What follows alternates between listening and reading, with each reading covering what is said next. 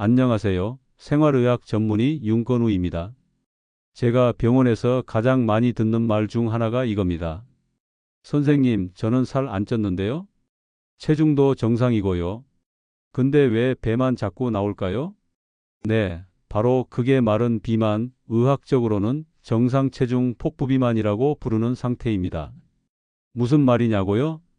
겉보기에 날씬하지만 실제로는 비만 상태일 수 있다는 이야기입니다. 마른 비만이란?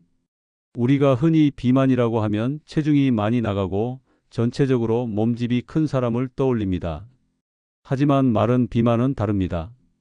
체중은 정상인데 체지방률이 높은 상태를 말하죠. 특히 복부, 그 중에서도 내장 지방이 과도하게 쌓인 형태가 많습니다. 실제로는 말랐는데 인바디 검사를 해보면 근육은 부족하고 지방은 많은 상태. 이게 진짜 마른 비만입니다. 남성은 체지방률이 25% 이상, 여성은 30% 이상이면 체중과 상관없이 마른 비만으로 봅니다. 이런 분들 특징이 뭔지 아세요? 팔, 다리는 가늘고 근육이 거의 없음, 배만 나옴, 허리 둘레는 꽤 있는데 체중은 정상이거나 오히려 적게 나감, 조금만 먹어도 살로 감. 이렇게 말이죠. 그런데 그냥 보기만 해서는 알아채기 힘들어요. 그게 더 무서운 겁니다. 마른 비만 왜 위험한가? 살찐 것도 아닌데 무슨 걱정이냐 하실 수도 있습니다.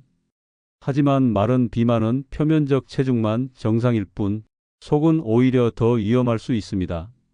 대표적인 합병증만 보셔도 그렇습니다. 심혈관 질환, 심근경색, 협심증, 고혈압, 제2형 당뇨병, 지방간, 대사증후군. 이유는 마른 비만 환자들은 대체로 기초 대사량이 낮고 근육량이 부족합니다. 기초 대사량이 낮다는 건 우리가 아무것도 안 해도 태우는 열량이 적다는 뜻이에요. 같은 양을 먹어도 그게 소비되지 않고 그대로 복부 지방으로 저장되기 쉽죠. 특히 내장 지방은 염증을 일으키는 물질을 분비하기 때문에 장기적으로 온몸의 건강에 악영향을 줍니다. 원인 과당과 단순당. 첫 번째 원인, 설탕과 과당의 과다 섭취입니다. 우리가 마시는 탄산음료, 달달한 커피, 과일 주스, 빵, 시리얼, 심지어 건강하다는 요거트에도 과당과 단순당이 엄청나게 숨어 있습니다. 이걸 먹으면요, 우리 몸은 남은 당을 간에서 지방으로 바꾸어 저장합니다. 특히 복부와 간에 지방이 몰리면서 지방간과 복부비만을 만들어냅니다. 실제로 비만이 아닌데도 지방간이 있는 분들 대부분이 마른 비만에 해당하고 원인은 과당과 포도당 과다 섭취입니다. 원인 만성 스트레스. 두 번째, 만성 스트레스입니다. 스트레스를 오래 받으면 코르티솔이라는 호르몬이 분비되죠. 이 호르몬이 지속적으로 높아지면 우리 몸은 비상 상황이다라고 판단합니다.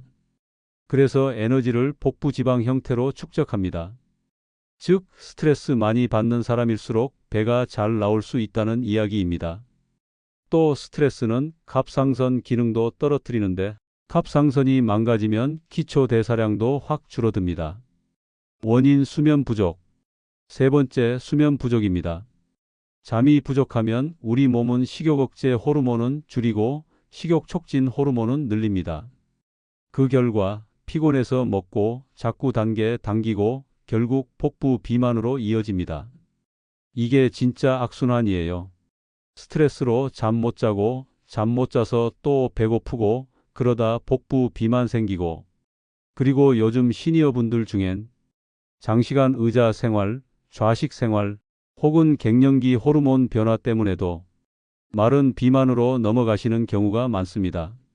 특히 여성분들은 에스트로겐이 줄어들면 지방이 복부 쪽으로 쌓이는 경향이 강해지기 때문에 갱년기 이후 복부 비만이 급격히 늘어납니다. 이제 마른 비만이라는 게 단순한 외형의 문제가 아니라 내장 깊숙이 진행되는 전신 건강의 경고라는 걸 이해하셨을 겁니다. 마른 비만은 단순히 체중 감량으로 해결되지 않습니다. 오히려 체중은 유지하면서 체지방률을 낮추고 근육량을 늘리는 방식으로 접근해야 합니다. 제가 병원에서 상담할 때 항상 강조하는 게 있습니다. 바로 기초대사량이라는 개념입니다. 기초대사량이 왜 중요할까? 기초대사량은 아무것도 안 하고 가만히 있어도 우리 몸이 하루 동안 쓰는 에너지량입니다.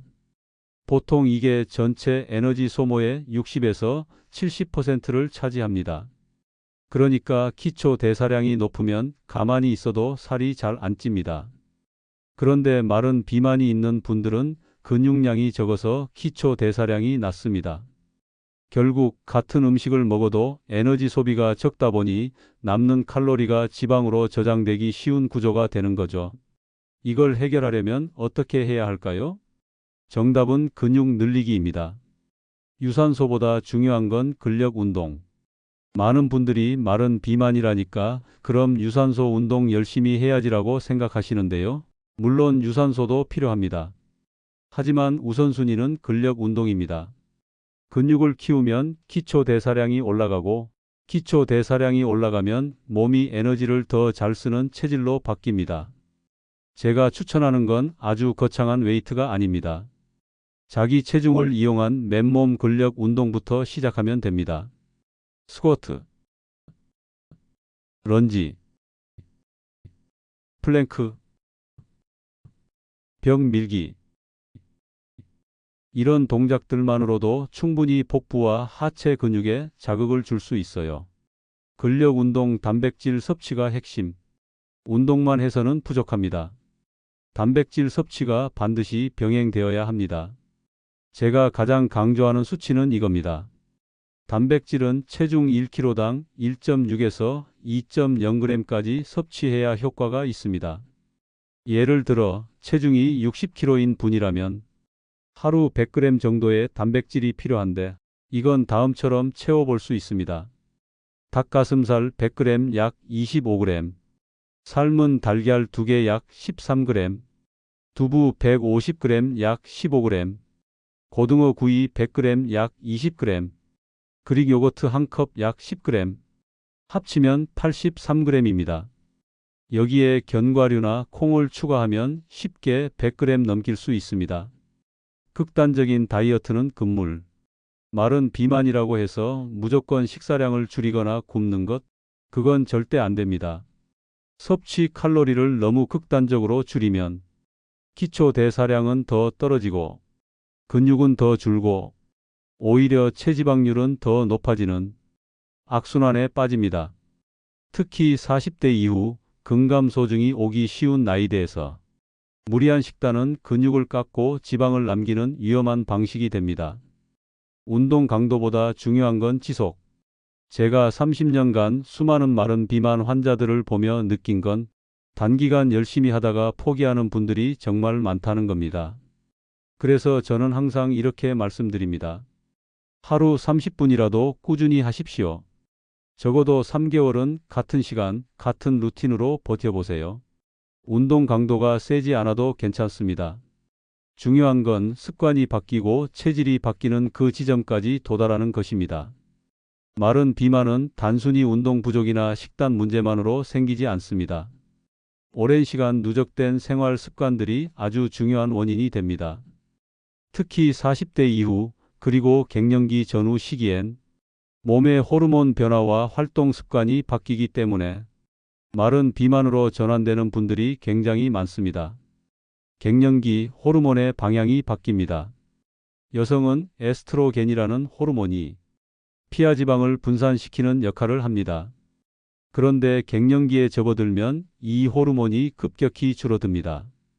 그러면 지방이 하체가 아닌 복부 쪽으로 집중되기 시작하죠. 남성 역시 마찬가지입니다. 테스토스테론 감소로 인해 근육량은 줄고 복부 지방은 늘어납니다. 쉽게 말하면 예전엔 먹어도 살 안 쪘는데 요즘은 숨만 쉬어도 배가 나온다. 그게 바로 호르몬 구조 자체가 바뀌고 있다는 신호입니다. 하루 대부분 앉아있는 생활. 현대인은 하루 평균 10시간 이상 앉아있는 삶을 살고 있습니다.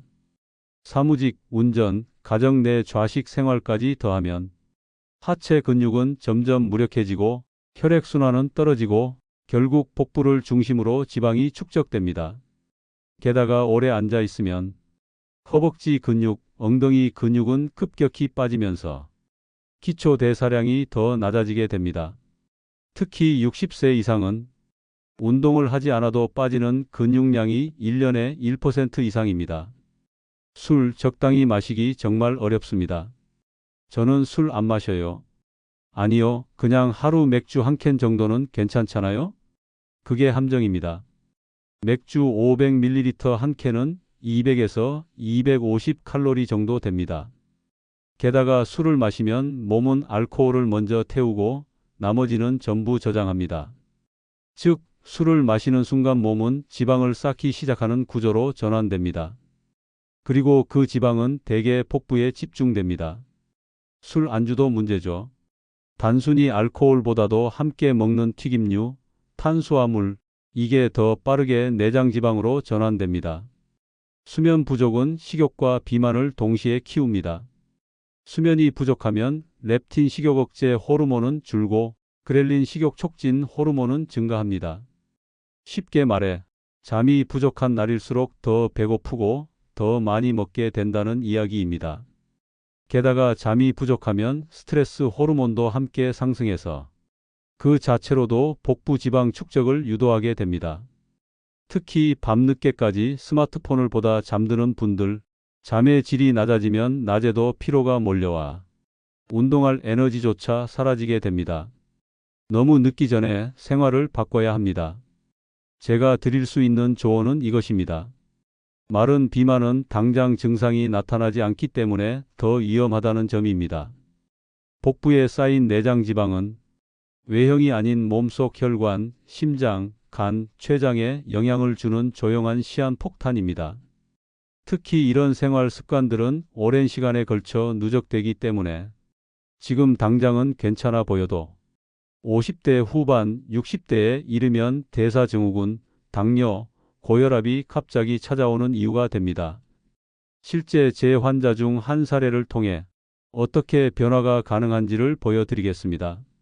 58세 직장인 강민규 씨는 정기 건강검진에서 체중은 정상인데 복부지방 수치가 위험 경계 이상이란 말을 들었습니다.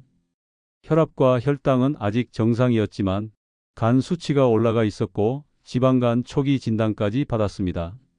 그는 평소 나는 살 안 찐다는 자부심이 있었지만 직장생활 30년 동안 점심은 바쁘게 먹고 저녁엔 술 한 잔, 운동은 거의 안 했죠. 이런 상태에서 제가 처음 권한 건 단순한 생활 루틴 조정이었습니다. 마른 비만 탈출을 위한 주간 루틴. 제가 강민규 씨에게 권한 건 다음과 같습니다. 아주 거창한 게 아닙니다. 누구나 할 수 있는 수준으로 매일 반복 가능한 방식으로 설계했습니다.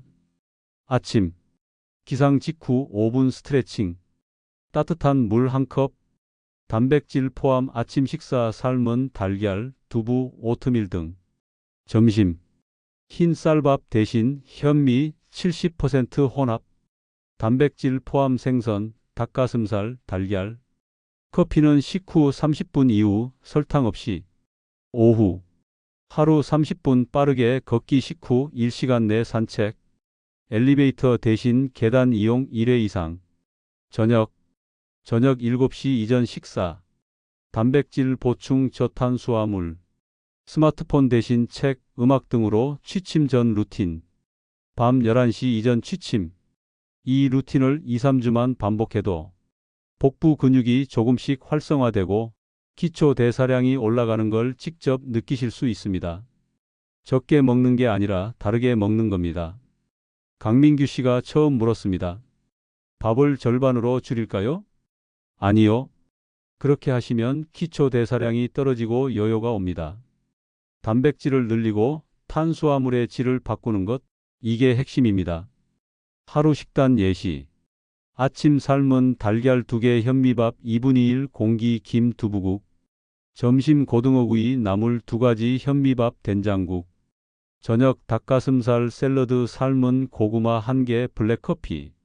이런 구성으로 먹으면 체중 변화는 거의 없지만 체지방률이 낮아지고 복부둘레가 줄기 시작합니다.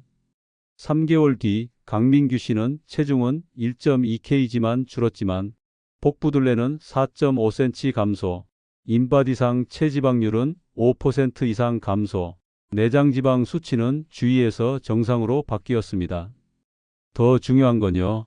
이제 숨이 덜 차고 계단 올라갈 때 허벅지가 버티는 느낌이 난다. 그게 진짜 변화입니다. 마른 비만은 단순한 뱃살이 아니라 내 몸 깊숙한 곳에서 보내는 건강의 경고등입니다.